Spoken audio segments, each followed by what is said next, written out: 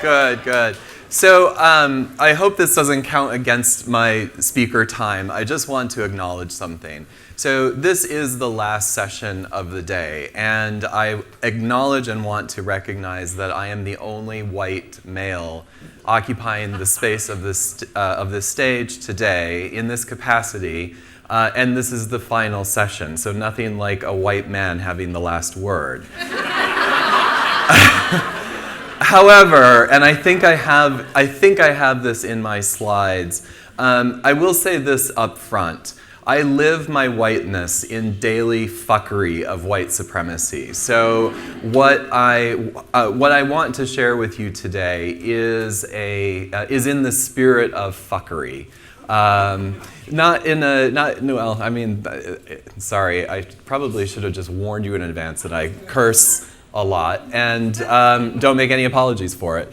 So the talk that I want to share with you is a reflection on the process of decolonization that I have intentionally engaged in over the past 20 or so years, starting with my educational experiences in med school, followed by educational experiences in divinity school, living abroad for about a year, and those are some of the earliest seeds of the analytical process that I've engaged in.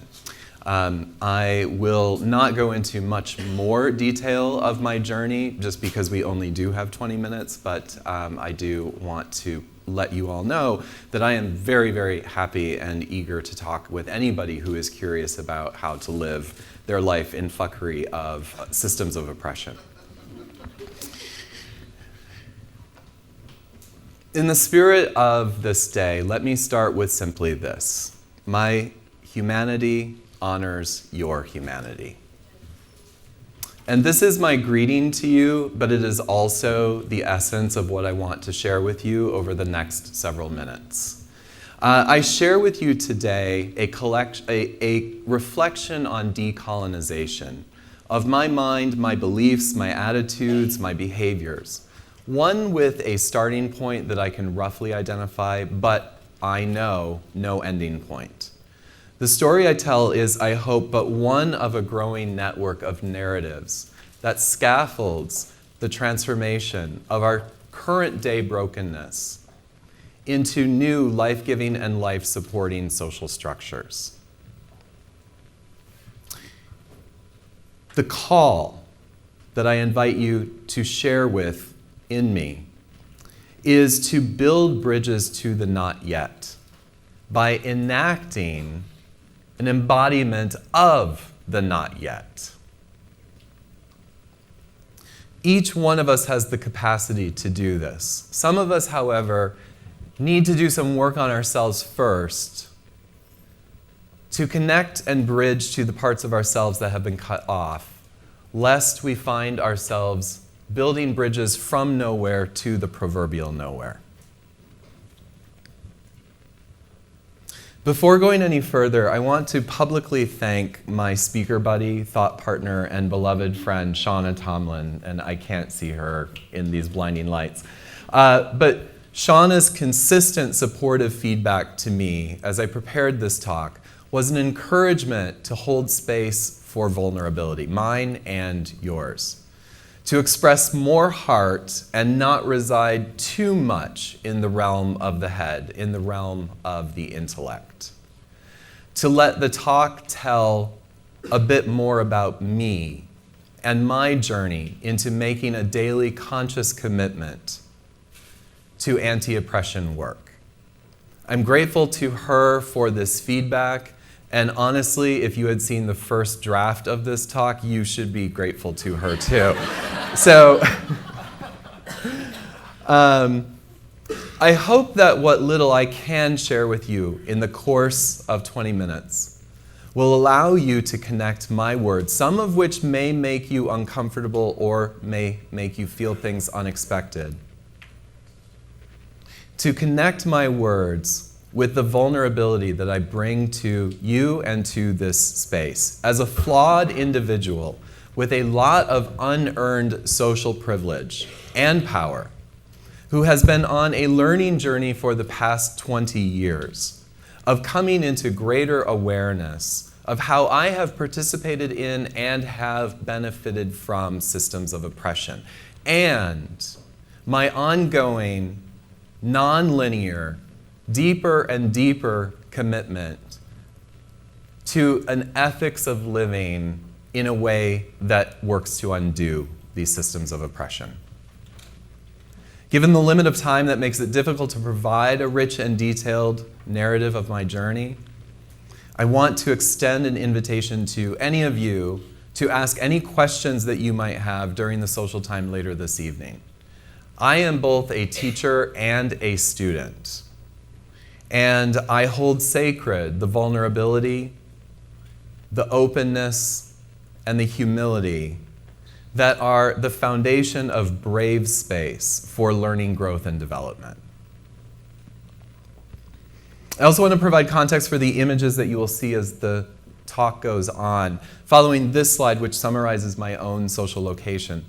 The images are amateur photographs, most taken by me, so don't expect anything spectacular, over the past several years. But these photos hold open small windows into our present socio-political, cultural, and environmental moments. These photographs prompt critical questions about the ethical trajectory of the past 500 years and invite us to critically question whether we are on a path to create a new society, a new social order that is just, equitable, kind, gentle, and aligned with life itself. My message is an invitation, particularly for my white kin and especially for my white male kin. For it is we who have resorted to building walls to hoard and sequester the things of life and life itself, which white supremacy and patriarchy tell us is our birthright. We are taught from birth, before we can even understand it, that it is natural and right to assume the reins of power and hold the mantle of privilege and declare a right to make claims of what is natural and right. We have fed and have been feasted, or we have been fed and we have feasted on a steady diet of comfort, of attention, of being told that only our lives matter, and of an all-encompassing world order that is by us and for us. We who are the inheritors and beneficiaries of intersecting supremacist ideologies, we must become aware of the isolating impact, the walling off that these ideologies demand of us and to which we typically subordinate ourselves. We must recognize that the birthright promised to us brings death to countless others and brings a kind of death to ourselves in our humanity. We must reject the table that has been prepared before us, piles of toxic and anesthetizing substances, incapable of supporting life, no matter how full we stuff ourselves. We need to bridge to the parts of ourselves, namely our humanity, that allows us to come out of this anesthetized state of moral indifference, so that we can truly feel the deep suffering in others and in ourselves. That is the direct result of our comfort in and comfort with white supremacy and hegemonic masculinity. We need to connect to our humanity and revive our moral imagination, to live into a new reality that is not yet, but which must become if any of us are to have any hope of surviving, much less any hope of thriving. If we are to build bridges by becoming bridges, we need to get to know ourselves as bridge builders. Each of us, each of you, in your own way, is creating and innovating. Innovations can lead to transformation, and therefore we need to be thoughtful about and mindful about the moral imaginations and ethics that shape the molds that in turn will shape the future society that some of us will live to see, but which our children and future generations will inherit. Hear me when I say, and I wish Jack Dorsey were here right now, hear me, Jack Dorsey, when I say there is no such thing as objective, morally neutral, apolitical activity. We either do our work with a conscious awareness of our positionality, morals, and ethics, or we do our work no less from our positionality, morals, and ethics, but with little to no awareness of them. This is especially true for those of us who experience greater degrees of egosyntonic relationship with the current world order. Let me illustrate this. As a white cis male living in the US who grew up in Kalamazoo, Michigan, just down the road from here, the relative lack of discordance between my lived experience and the social hierarchy encourages an incuriosity in me about myself with respect to my positionality. And over time, I could come to assume that the totality of who I am and what I do as a white human, as a cis male human, is utterly neutral. Because it is the standard. It is the valid mold and mode of living in the United States. And thus does not need to be nor should be interrogated. But over the last 20 years, I have interrogated my cis maleness and my whiteness, because in my lived experiences as a closeted and now out gay person, I was more frequently faggot and sissy than man and male. And in the particularity of growing up in Southwest Michigan with a last name spelled Koetje, which nobody ever knows how to pronounce. I don't even know how to pronounce it. It means little cow, by the way. But with that last name, I learned I wasn't just white. I was actually something more. For as the saying went, if you're not Dutch, you're not much. Seriously. And so the seeds of doubt in systems of supremacy whose demands can never be fully met or satisfied were sown early in my life.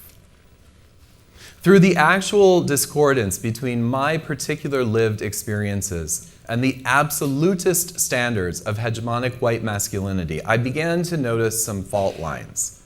Last summer, I participated in a panel discussion on gender at a summer conference in the Smoky Mountains for mostly white, mostly liberal evangelical Christians. That combination does exist. There actually are at least 4,000 of them in the United States. I started my portion of the talk by addressing the men in the audience with this question: are you really man enough? So, take responsibility for getting to know and understanding your own positionality and get in the habit of naming it, honestly acknowledging it, which is a way to help each of us understand where we live with respect to the flows of power, privilege, and validation. This is the first step. And then from here, wherever here is for you, we can begin to build the bridges across our differences and toward a different reality. But to build and become bridges to the future requires us to be clear-eyed about our now. It requires us to unflinchingly interrogate our present moment and to honestly account for the historicity of how we have arrived here. With respect to both of these required tasks, I have learned this really important lesson. Trust Black and Indigenous people of color, especially Black and Indigenous women, femme, and trans folk. Listen to them, heed them, amplify them, follow their lead. And perhaps most importantly, entangle yourself with their work by supporting them financially. If my words make you uncomfortable, I will sit with you in the discomfort, because I'm in this too. I take very seriously what Toni Morrison once said about race in an interview with Charlie Rose. White people have a very, very serious problem, and we need to figure out what we can do about it. The only bridges to the future that I'm interested in are those that are fully embodied. Through critical engagement with my own whiteness and maleness, I've come to understand that whiteness and hegemonic masculinity have insisted upon a disembodied, disconnected living for white people. How else to protect our consciousness and our consciences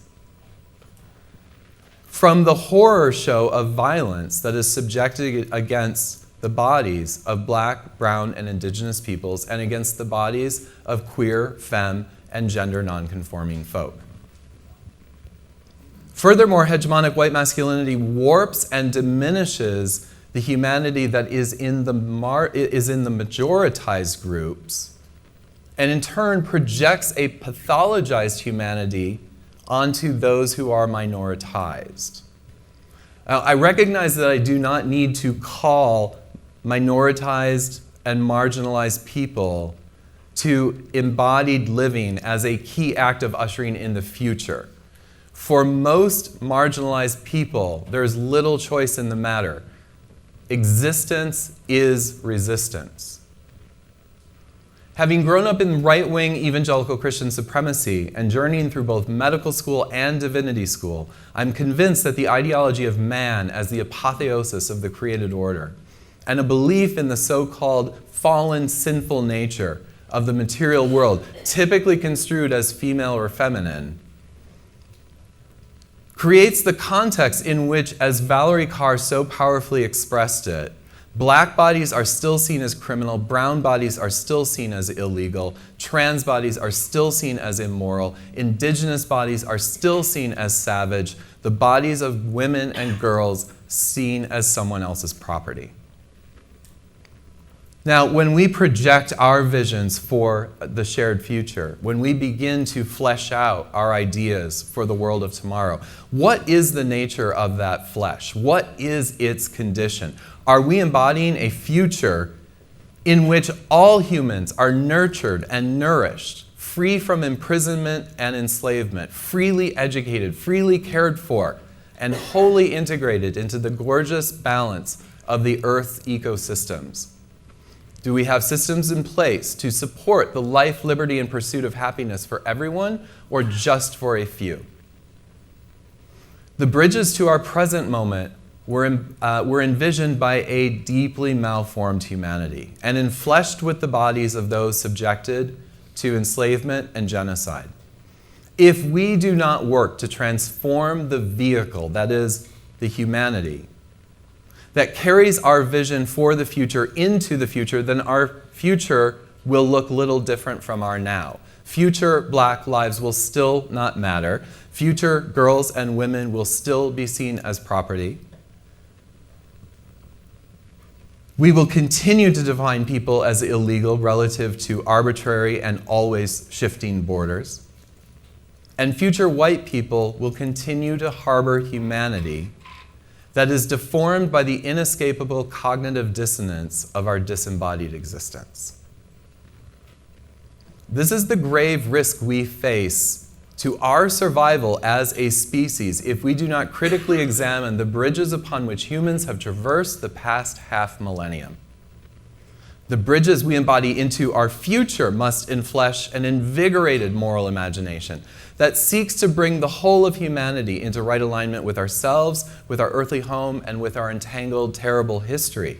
For we are entangled together. This is our existential reality, no matter how willfully some humans have denied this.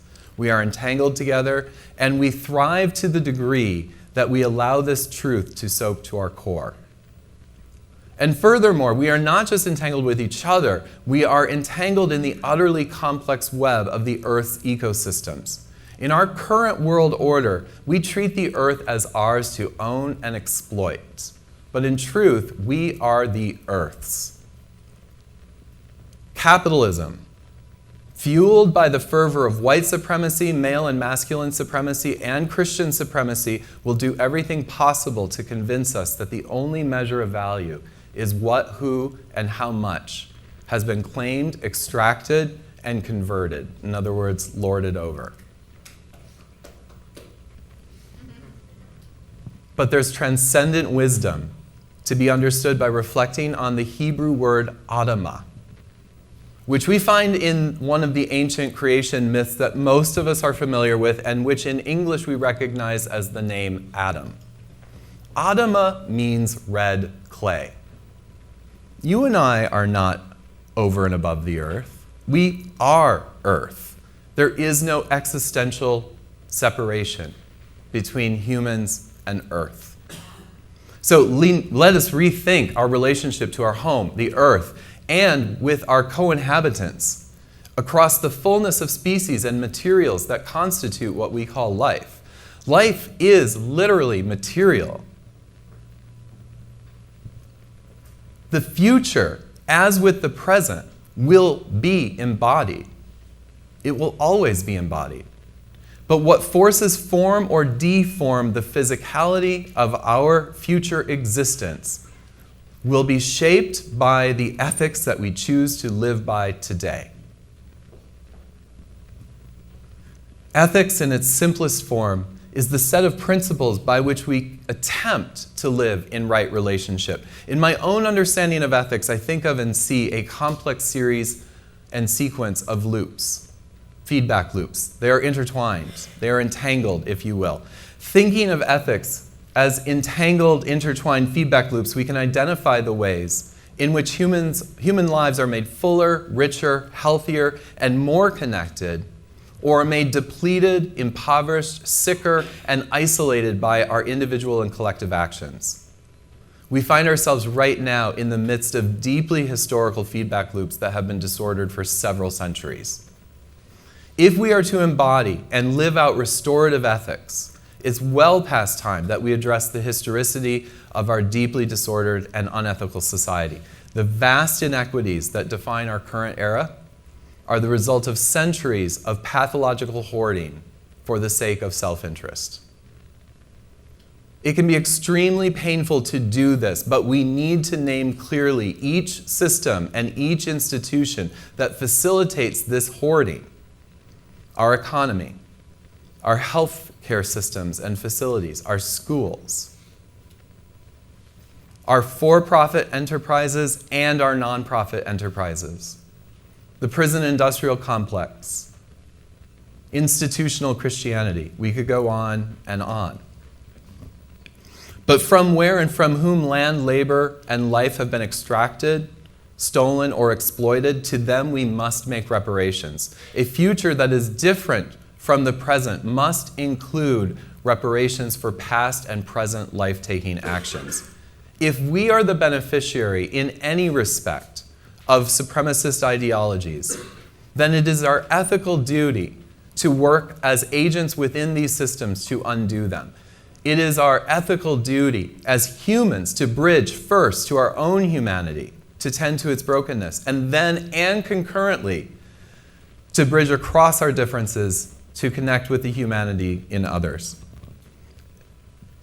This is not feel-good liberalism. This is not representational politics. This is living into our ethics. This is becoming the bridge that leads to transformation. This and only this is justice-making. I've thought a lot about the ethics that govern my beliefs and behaviors and have arrived at the conclusion that the ethical way for me to live as a white cis male in the US is to live each day into the labor of anti-oppression resistance and positive, liberative social transformation. My husband, Luke, also a white cis gay man, has reached the same conclusion. And he and I have been reflecting and imagining the possibilities for our justice-making work. We currently work in corporate and local government entities. In my role, I support programs of educational equity. In his role, he supports programs of public health equity. We both enjoy our jobs quite a bit. But we've come to the realization that this work is still done in the context of institutions that demonstrate little interest or commitment to true transformation. We are frustrated with incrementalism at best and angry at justice being denied more often than not. As we enter the second half of the arc of our lives, we feel compelled to figure out how to do our labor as sustained resistance to oppression and as a creative embodiment of a just, equitable, and sustainable future. And so we've decided to change the nature and context of our work and take a risk. With a bit of wooded land that we own in the Hudson Valley, we envision a place for cultivating and propagating restorative and reparative justice practices. We envision a literal place where people doing the work of justice making and people who live with the trauma of oppression may come for respite, for gatherings, for creative imagining, for care, compassion, and tenderness. We also envision a digital space where people doing justice-making work may come together to build relationships across differences, cross-pollinate ideas and practices, and deepen the intersectional analyses that inform their work. We envision hosting and curating experiences, meetings, and workshops, and generating anti-oppression curricula and narrative-based programs and evaluations, along with consciousness-expanding experiences. We envision an enterprise that intentionally enacts a counter-narrative to capitalist notions of productivity and profitability, especially including reparative economies and business practices and restorative relationality to land and natural resources. In recognition of these goals and in keeping with the agricultural heritage and natural beauty of the Hudson Valley, we call this future place the farm. And there at the farm, we hope that people will discover, will create, will encounter just what they need when they need it, much like discovering a long sought for needle in a haystack, to continue doing the work of justice making. Justice making is in no way easy, simple, or linear. It does not release us from the past, nor does it guarantee we won't make or repeat mistakes. But quite to the contrary, it opens up a way for the future by integrating us with our imperfect past and our imperfect present selves. Justice making is integrating. It is healing and it is deeply humanizing. Justice making holds the space for imperfect people to struggle together for a better future. As I have stood in front of you for these past several minutes, I am mindful of my own brokenness and complicity in the systems of oppression. I am mindful of the ways in which I have experienced extraordinary comfort by my participation in the hoarding of educational and experiential opportunities, by intergenerational wealth, by redlining, by gentrification, by the completely random circumstance of moving through this world as a cis white male US citizen. But comfort is not the right word. All of these things do not, in fact, comfort me. They anesthetize me and dehumanize me, for only a dulling and deadening of my humanity could ever allow me to tolerate the suffering that I and my cultural ancestors have undeniably contributed to and witnessed. And I refuse to live my life as if I'm already dead. I, along with each of you, am engaged in some kind of activity that directly shapes the future of our society and the lives of people who will inherit what we make. Let's commit together to doing the hard, often painful, but necessary inner work of continual self-interrogation and self-reflection, so that we may come together across our differences in order to embody the bridges of social transformation, so that we may truly be better with one another and for each other. Black lives matter. Black trans women's lives matter. No human is illegal. Healthcare, including abortion care, is a human right.